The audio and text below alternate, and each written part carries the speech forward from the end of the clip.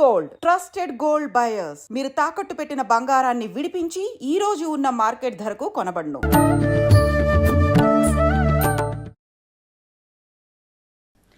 నమస్కారం, welcome to I dream. ధర్మ మార్గం విత్ విజిత కార్యక్రమానికి స్వాగతం. ప్రస్తుతం మనతో పాటు ఉన్నారు ప్రముఖ ఆధ్యాత్మికవేత్త, శ్రీ విద్యా ఉపాసకులు, ఎంతో మందికి మంత్రోపదేశం చేసిన గురువుగారు. ఆయన మంత్రోపదేశం కోసం, ఆయన ఉపాసన శిక్షణ ఇవ్వడం కోసం ఎంతో మంది ఎదురు చూస్తూ ఉంటారు. ఇప్పటికీ ఎంతో మందికి ఆయన ఇప్పటికే మంత్రదీక్షను ఇవ్వటం జరిగింది. ఇప్పుడు వారితో మాట్లాడి మనం మంచి మంచి విషయాలు తెలుసుకునే ప్రయత్నం చేద్దాం. వారే గురు కరుణామయ్య గారు. ఇప్పుడు వారితో మాట్లాడిద్దాం. నమస్కారం గురుగారు. నమస్కారం. బాగున్నారా? బాగున్నాను. మీరు ఎలా ఉన్నారు? అమ్మదే వల్ల బ్రహ్మాండంగా ఉంది. అంతే, మీరు ఆ మాట అనగానే మళ్ళీ జోస్ వచ్చేస్తుంది. గురుగారు, పండగలు నిజంగా పండగలు అంటే అదొక గొప్ప పర్వదినం మనందరికీ కూడా. ఒకప్పటి కాలంతో పోలిస్తే ఇప్పుడు పండుగలు అసలు పండగల్లా జరగట్లేదేమో అని అనిపిస్తుంది. నిజంగా ఒకప్పుడు పండుగలు అంటే మా చిన్నతనంలో అమ్మమ్మలు, తాతయ్యలు, పెద్దవాళ్ళందరూ ఉండి ఆ స్నానం చేసే విధానం దగ్గర నుంచి, వంటలు చేసుకునే దగ్గర నుంచి ప్రతి ఒక్కటి, దీపారాధన కానివ్వండి, ఆలయానికి వెళ్ళటము, కొత్త వస్త్రాలు ధరించటము, ప్రతి ఒక్కటి చాలా ఆనందంగా ఉండేది. ఎందుకంటే అందరితో కలిసిమెలిసి ఉండేది కాబట్టి. కానీ ఇప్పుడు అలా కాదు. పండగ అనంటే ఏదో నచ్చింది వండుకున్నామా, లేదంటే ఆ రోజు కూడా ఆర్డర్ పెట్టుకునే వాళ్ళు చాలా మంది ఉన్నారు. కాసేపు ఏదో వెళ్ళాలి కాబట్టి పండగన ఆలయంకి వెళ్ళొచ్చామా, ఈ పోకడకి వెళ్ళిపోయింది. అయితే ఇప్పుడు మనకు ఉగాది రాబోతోంది, నూతన సంవత్సరం మన తెలుగు వారందరికీ కూడా.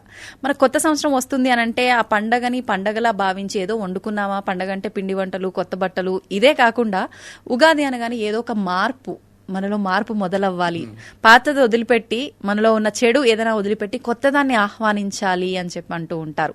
ఏ రకంగా ఉండాలి అసలు ఈ ఉగాదిని మనం ఎలా ఆహ్వానించాలి, ఆ రోజు ఆచరించాల్సిన విధి విధానాలేంటి? ఇంకో 10 రోజుల్లో వస్తుందా? 30వ తారీఖు ఉగాది, విశ్వావసునామ సంవత్సరం. దాని గురించి ఇప్పుడు మాట్లాడకూడదు. శాస్త్ర ప్రకారం ఉగాది రోజునే మాట్లాడాలి.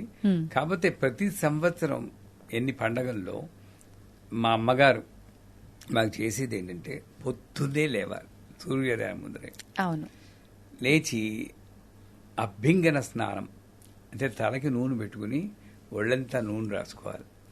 ఈ నూనె రాసుకున్నందువల్ల రాసేటప్పుడు ఇలా రాసేది మా అమ్మ. అది మసాజ్ కింద అనిపించింది, కానీ ఇప్పుడు అనిపించింది ఆ నూనె ప్లస్ ఈ స్పర్శ వల్ల లోపల టాక్సిక్ ఎలిమెంట్ చాలా తగ్గిపోతాయి. మీరు ప్రతిరోజు అభ్యంగన స్నానం చేస్తే ఫ్రెష్గా ఫీల్ అవుతారు. కళ్ళలో పడిపోయేది, అయినా సరే ఫ్రెష్గా ఫీల్ అయ్యేవాడు. తర్వాత నలుగు పెట్టుకుంటారు.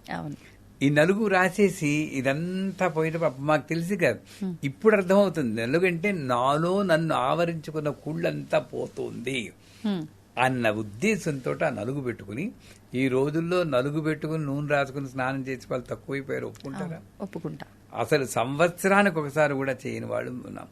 ఆ రోజుల్లో ప్రతి పండక్కి నేను కూడా చేయట్లేదు, అందరినీ అన్నందుకు నేనే ఏదో పండగకి ఒకసారి చేస్తాం, అభ్యంగన స్నానం చేస్తాం. నలుగు పెట్టుకునేంత ఓపిక టైం లేదు మనకి, బిజీ లైఫ్ అయిపోయింది. కానీ పండగ రోజు, ఉగాది పండుగ రోజు వస్తున్నా కాబట్టి ఈ ఉగాది నుండి కొత్త జీవితాన్ని మొదలెడదాం అన్న సంకల్పం మీరు ఇందాక చెప్పినట్టు. ఎందుకంటే ఒక బిజినెస్ ఉందనుకోండి, మన లైఫ్ కూడా ఒక బిజినెస్, మనో వ్యాపారం. మామూలు బిజినెస్ లో మార్చి 31కి వచ్చేటప్పుడు బ్యాలెన్స్ షీట్ అని వేస్తాం.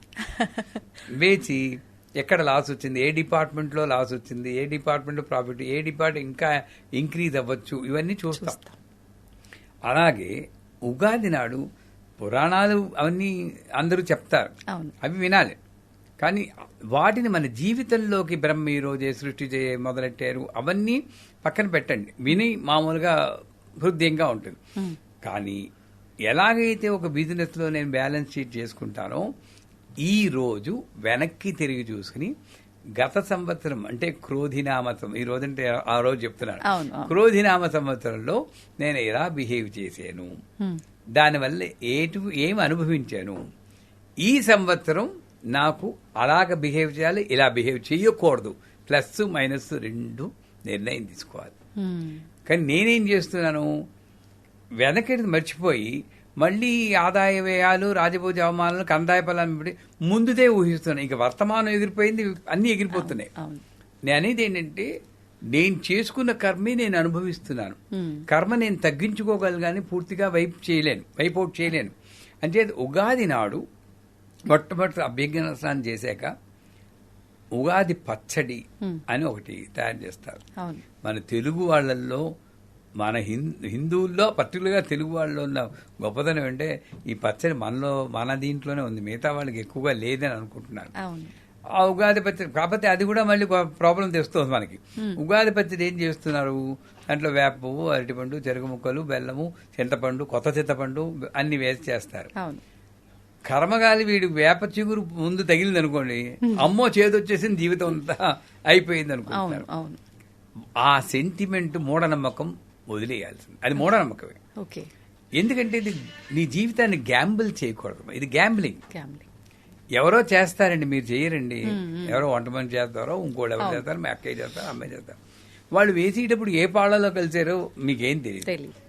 మన కర్మగాలి అది వచ్చింది, గ్యాంబ్లింగ్ లో వచ్చింది. అవును. నీకు అంతకీ అలాంటి సెంటిమెంట్ ఉంటే ముందే వెళ్ళి అమ్మ చెరుకు ముక్కలు, బెల్లం ముక్కలు కాస్త ఎక్కువ వేయదల్లి ముందు నాకు తీపి రావాలనుకుంటే కొంతవరకు పర్వాలేదు. కానీ నేను ఆ ఉగాది పచ్చడి వెనకాతలు ఉన్న రహస్యం నేను తెలుసుకోలేకపోతున్నాను.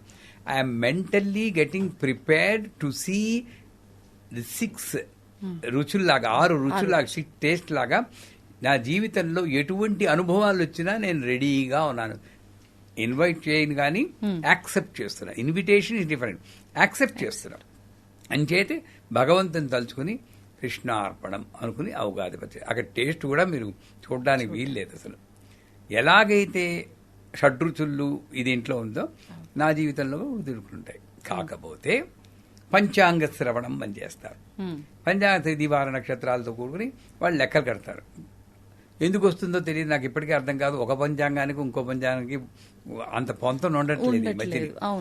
బట్ వాటి జోలికి మనం వెళ్ళం, కానీ ఏదో ఒక పంచాంగ నమ్మకం మీద ఉంటుంది. ఆ పంచాంగం తీసుకుంటే దాంట్లో ముందు నేను చూడాల్సింది ఏమిటంటే దేశానికి ఏమవుతుంది, రాజెవడు, మంత్రి ఎవడు, సత్యపాలకుడు ఎవడు, అంటే నాకేంటి నా ఓన్ పర్సనల్ కన్నా కూడా నేను దేశాన్ని గురించి ఆలోచించాలని పంచాంగం చెప్తుంది. మనం ఏం చేస్తున్నాం, టకటక వెళ్ళి ఆదాయ ఫలాలు రాజపూజాకి వెళ్ళిపోతున్నాం. కానీ చదవాల్సిన పద్ధతిలో నువ్వు ముందు అక్కడ, తర్వాత నెక్స్ట్ వస్తుంది గ్రహణాలు. ఈసారి సంపూర్ణ సూర్య చంద్రగ్రహణం, పార్షిక చంద్రగ్రహణం ఉంది.